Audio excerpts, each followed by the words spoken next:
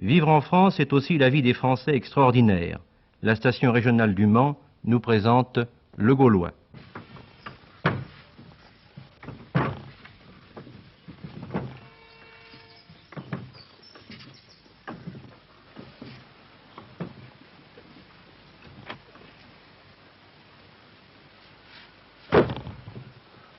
Bonjour.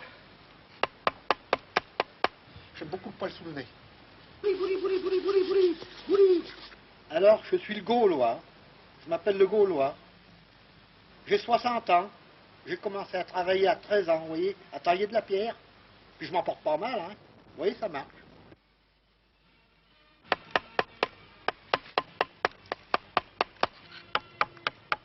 Et je suis en train de terminer le départ d'une poivrière. Une poivrière décorée. La poivrière, c'est la partie, ce départ-là, c'est la partie qui tient le dessous d'une petite tour à l'angle d'un édifice ancien. Faut Un du temps château pour faire fort ça. Hein. ou comment? Faut du temps pour faire ça. Oh, il me faut, pour bien la faire, il faut environ une vingtaine d'heures. Où est-ce que vous puisez vos idées? Ben, vous savez, mes idées, hein, j'ai tellement voyagé. J'ai d'abord admiré ce qui était construit. Oui. Que ça soit n'importe quoi. Tout ce qui était construit, pourvu que ça soit, que c'est du café, que ça soit beau un peu. Dans la région? Dans la région notamment, puis surtout dans le Midi, des travaux de romains. Qu'est-ce que vous pensez des choses qu'on fait maintenant? L'architecture moderne. Ben, vous savez, je pense que pour faire des lignes carrées, pour faire des boîtes à savon, c'est des HLM, il ne faut pas être bachelier. Hein. Il n'y a pas besoin de faire des gros efforts. Tandis que là, il faut tout de même apprendre le métier. Il y a à calculer, il y a... Voyez-vous, il faut avoir le tour de main aussi. Vous avez combien d'années de métier? Oh, une trentaine d'années seulement. Une trentaine d'années. Pourquoi pour vous c'est pas beaucoup? Bon, vous savez, non, ça me paraît pas tellement. Ah, je me suis gouré. Ça va y aller quand même. Comment vous l'avez appris? Ben, d'autres artisans qui m'ont appris, d'autres bons compagnons, des très vieux bons compagnons qu'il y avait dans le temps, comme il n'y en a plus maintenant, beaucoup. Vous êtes un compagnon, vous? Oh ben bien sûr, bien sûr. Comment on devient compagnon? Eh ben on devient compagnon, il faut d'abord apprendre à travailler, et ensuite se tester, prouver qu'on sait travailler, voyez-vous, par des œuvres quelconques, des travaux assez... qui ne sont pas communs, voyez-vous. Faut voyager pour ça. Ben, Vous avez fait le Tour de France? Oh oui, bien sûr. Lyon, Marseille, Nice, Cannes, Antibes, Menton, toutes les bords de la Méditerranée, Perpignan, Narbonne, Carcassonne, Capendu, Toulouse. Vous avez commencé en Anjou? Mon papa m'a fait embaucher chez un artisan dans la vallée de la Loire, chez le père Martineau, qui était un très brave homme. Je ne trouve pas de main-d'œuvre qualifiée pour faire tous ces travaux-là, voyez-vous. Ça change tellement de mode de travail, de tout, c'est pas commode. Des aides qualifiées, vous savez, il y en a plus hier, c'était bon dans le temps, ça. Oh, dans le temps, il y en avait, mais maintenant, les gars veulent plus faire de la colle à la main, ils veulent plus travailler à la main, pour eux qu'ils aient une machine, ils s'en foutent. Alors vous êtes tout seul sur le chantier? Tout seul. Vous trouvez pas le temps trop long? Je m'ennuie pas, je travaille, je trouve pas le temps long. Ça fait combien de temps que vous avez commencé? Oh, ça fait 1 an et des poussières, quelque chose, quoi. Et vous en avez encore pour combien de temps? Oh, pour autant, sans doute.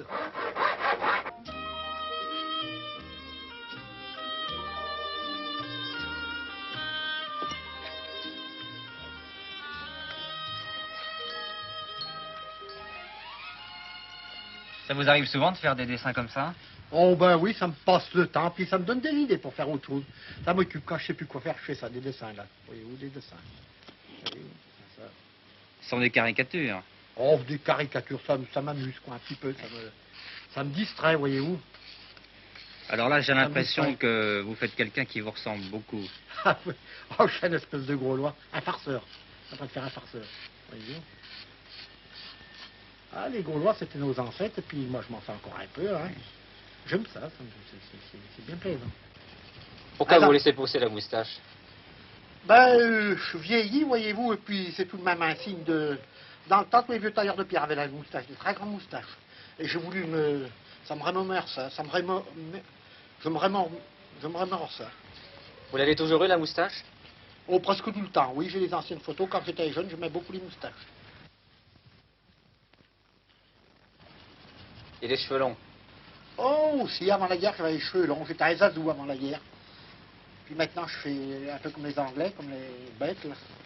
Voyez-vous? Alors, autrement dit, vous faites exprès de ressembler à un Gaulois? Non, non, on retrouve ce type-là chez moi. Tous mes oncles avaient des moustaches. Les gens avaient tous des moustaches avant l'autre guerre chez nous. Tous. Puis ils étaient mieux. Ils ressemblaient davantage à des hommes. Ils étaient mieux?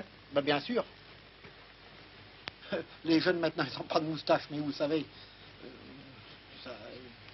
c'est pas pareil, hein, ça fait plus... Voyez-vous, ils ont l'air moins rudes, ils ont l'air... Moins viril? Peut-être, oui. Oh, je n'ai pas dit ça, mais enfin, peut-être. Peut-être. En blaguant, on dit à un homme qui n'a pas de moustache, il n'est pas fort. Quand il fait du vent, ça chatouille, les moustaches. C'est bon, ça, de se sentir quelques poils.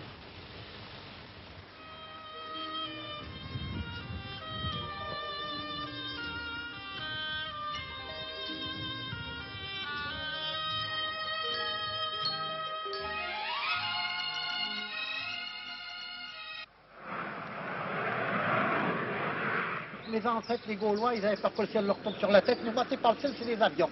Ils sont agaçants. Je comprends pas. Ah, je les crains. Et vous savez,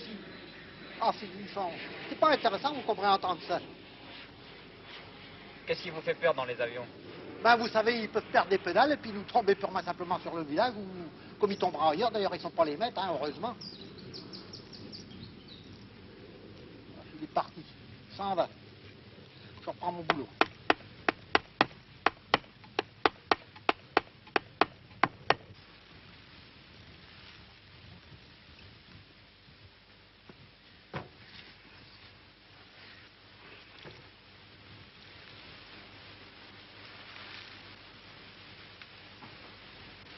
Ça me coûte moins cher qu'à l'hôtel, et puis je mange ce que je veux, vous savez, je suis... Oh, puis vous savez, je suis pas... Hein, je suis pas bien, question de cuisine. Qu'est-ce que vous mangez? Des pommes de terre salade, souvent. Des fois, je prends un hérisson le soir, je mange un hérisson. D'autres fois, je fais la soupe, vous savez, avec des produits, vous savez, du roico ou autre. Ça dépend, au plus près, c'est souvent, mais souvent des pâtes à salade, j'aime beaucoup ça. Puis ça, la saison des pissenlits, c'est bon, vous savez, oh, je me régale avec ça.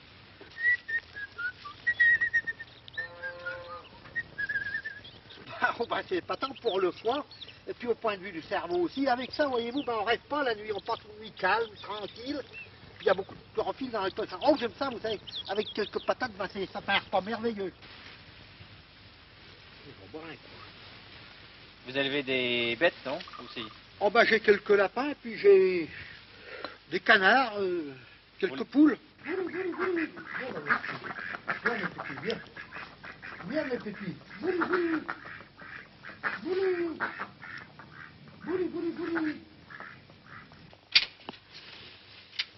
Ah, mes petits pimpins, là. Oh, vous êtes mignons, mes petits pimpins. Oh là là, je vais vous donner de la bonne salade. Tiens. Mais mes petits pimpins. Ah, ils sont mignons. Tiens.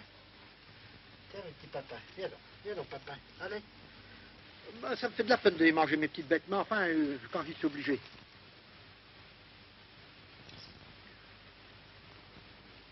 Vous êtes tranquille ici? Oh, si je suis tranquille, ben vous voyez bien, je suis heureux, hein. Je suis heureux.